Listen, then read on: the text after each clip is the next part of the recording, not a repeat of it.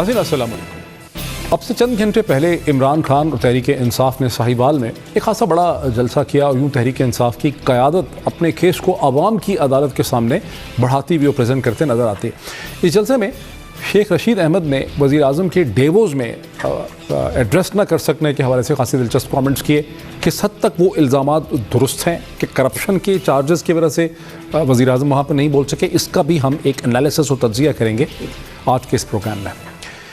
لیکن زیادہ جو اہم اس وقت چیز دیکھنے والی ہے وہ یہ ہے کہ ڈونلڈ ٹرمپ کتنی تیزی سے دنیا کے ڈھانچے کو، گلوبل ڈھانچے کو بدل رہے ہیں۔ اب تک کیا اقدامات انہوں نے اٹھائے ہیں، وہ سب اقدامات ہم ڈسکس کریں گے۔ لیکن خاص کر کے جو ہمارے ویورز کے لیے دلچسپی کی بات ہے کہ کیسے 7 مسلم ممالک جن کے اوپر ویزا ریسٹرکشنز لگائی گئی ہیں، جس میں سیریا ہے، ایران ہے، عراق ہے، سوڈان ہے، صومالیہ ہے، لیبیا ہے، یمن ہے، اور وہاں سے گرین کارڈ ہولڈرز بھی، ویزا والوں کو تو چھوڑیں، گرین کارڈ ہولڈرز بھی واپس نہیں آ سکیں گے۔ اور سینکڑوں لوگ امریکہ کے ایئرپورٹس پہ پھنس گئے ہیں جنہیں وقتی طور پہ ڈیپورٹیشن سے ایک امریکی عدالت کے فیصلے نے روکا ہے، یعنی وہ ایئرپورٹس پہ بھی پڑے ہوئے ہیں، ان کا کوئی پرسان حال نہیں ہے۔ ابھی تک ان 7 ممالک میں پاکستان نہیں ہے، پاکستانی شہری نہیں ہے، لیکن ہندوستانی لابی کی یقیناً کوشش ہوگی کہ پاکستان کو کھینچ کے اس میں لایا جائے۔ کس قسم کے رسکس ہیں؟ دوسری طرف نئے سیکرٹری ڈیفنس جیمز میٹس کو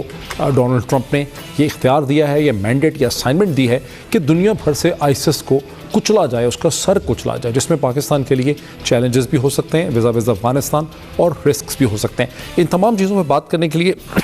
میرے ساتھ اسٹوڈیوز میں جناب امجد شعیب صاحب تشریف رکھتے ہیں، اور مجھے امریکہ سے، شکاگو سے جوائن کر رہے ہیں جناب ڈاکٹر شہباز گل صاحب۔ جناب صاحب، آپ اس چیلنج کو کس طرح سے دیکھ رہے ہیں، یا آپ سمجھتے ہیں کہ شہباز گل صاحب سے پہلے ویو لے لیں؟ دیکھیے، بسم اللہ الرحمن الرحیم، دیکھیے بات یہ ہے کہ شہباز گل صاحب تو وہاں کی بات وہاں کا ویو دیں گے، بالکل صحیح، لیکن یہ ہے کہ یہاں ہم لوگ اس کو کیسے دیکھ رہے ہیں وہ میرا خیال ہے ہمارے لیے زیادہ اہم یہ ہے۔ لیکن اصل قصہ یہ ہے کہ اس نے بذات خود امریکن سوسائٹی کو 2 حصوں میں تقسیم کر دیا ہے۔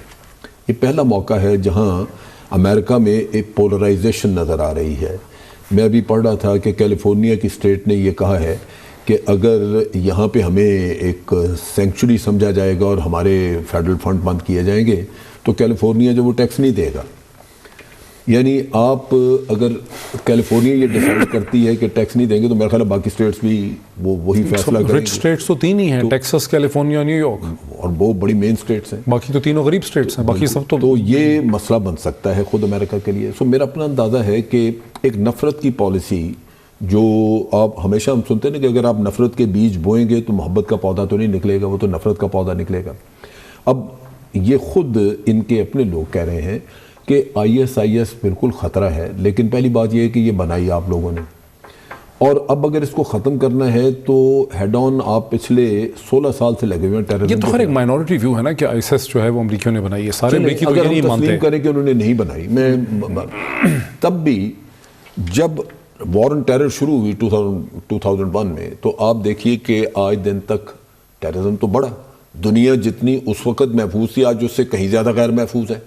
ایک تنظیم تھی جس کو آپ القاعدہ کہتے تھے، آج کئی تنظیمیں بنی ہوئی ہیں۔ شہباز گل، اگر میں آپ سے یہ چیز شروع کروں، یہ جو امیگریشن پہ ویزا ریسٹرکشنز یہ عائد کر رہے ہیں،